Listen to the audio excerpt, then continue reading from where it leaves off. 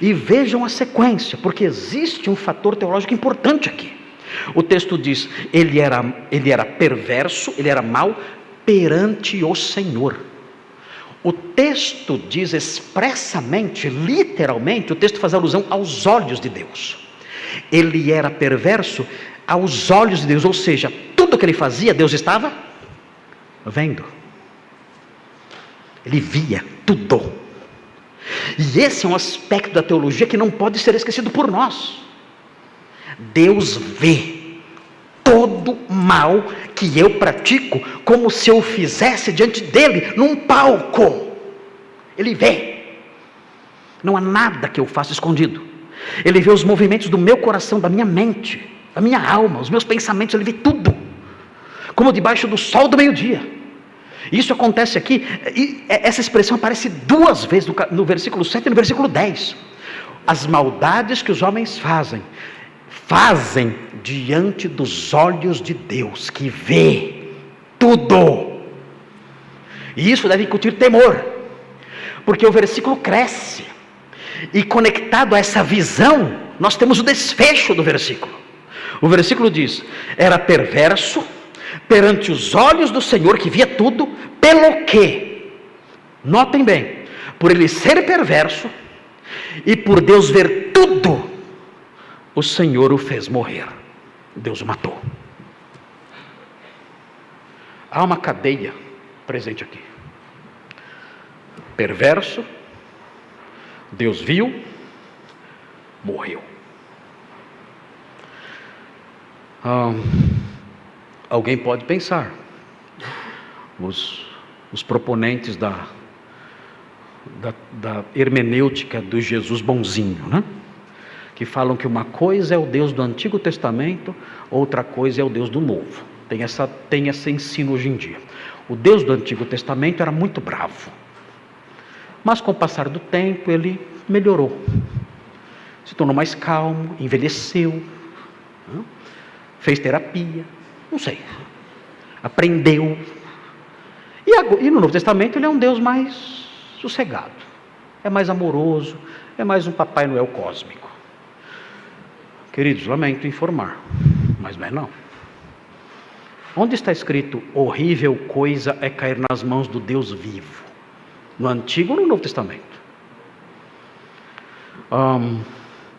Aquele casal de Atos 5, Ananias e Safira, que caíram mortos aos pés de Pedro, por terem mentido para a igreja, eles são do Antigo ou do Novo Testamento? Do Novo. Aquele jovem que tinha relações com a mulher do seu pai, e que Paulo ordenou que ele fosse entregue a Satanás para destruição do corpo. O que é destruição do corpo? É morte. Aquele jovem pertencia ao Antigo ou ao Novo Testamento? Novo. Os crentes de Corinto, que participavam da ceia do Senhor indignamente, Paulo disse, é por causa disso que muitos de vocês morreram. Muitos membros dessa igreja estão no cemitério, porque participam da ceia indignamente. Essas pessoas eram do Antigo ou do Novo Testamento? Do Novo. Vocês se lembram de Apocalipse 2? O que Jesus disse acerca de uma mulher da igreja e dos seus seguidores? Veja Apocalipse 2. Apocalipse 2, versículo 20. Veja o que diz. Uma mulher que havia na igreja de Tiatira, na Ásia. O texto fala sobre essa mulher, Jesus falando sobre essa mulher. Veja o que diz o texto. Tenho, porém, contra ti, você aí, pastor, líder de Tiatira, eu tenho, porém, contra ti o tolerares essa mulher. Que mulher? Jezabel. Havia uma mulher na igreja que era chamada assim, como Jesus chama assim. Talvez não fosse o nome dela mesmo. Que a si mesma se declara profetisa. É a mulher do coque. É a mulher de coque. Ela era profetisa na igreja de Tiatira. Naqueles dias existiam muitas profetisas.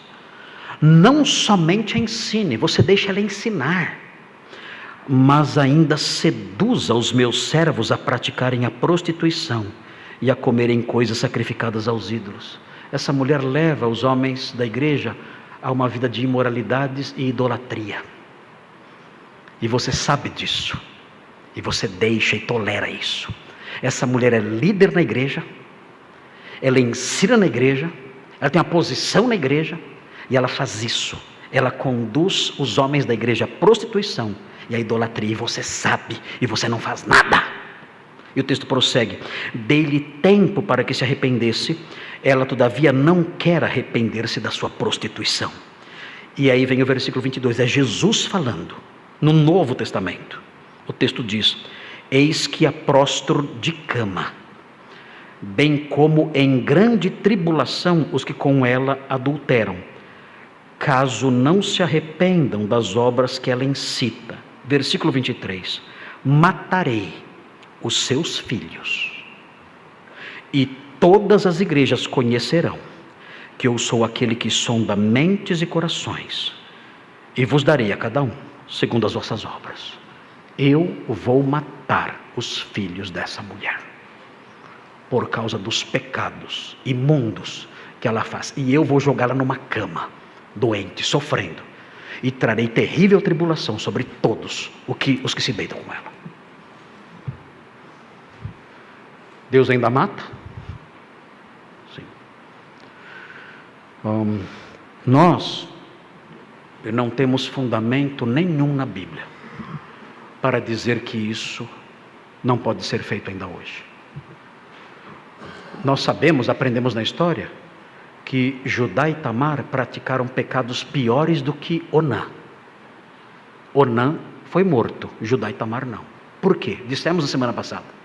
Porque Deus tem planos diferentes para cada um. Então nós não sabemos os planos dele para nós. Mas se Deus quiser matar você por causa do seu pecado, eu tremo ao dizer isso, mas ele vai matá-lo por causa do seu pecado. De Deus não se zomba. Horrível coisa é cair nas mãos do Deus vivo. Deus pune o pecado das pessoas, inclusive do seu povo, com a morte física, quando ele julga com sabedoria que isso é necessário. E ele pode fazer isso aqui na nossa igreja. Ele pode. Nós temos que ter temor do Senhor, e um texto como esse nos ensina essas coisas.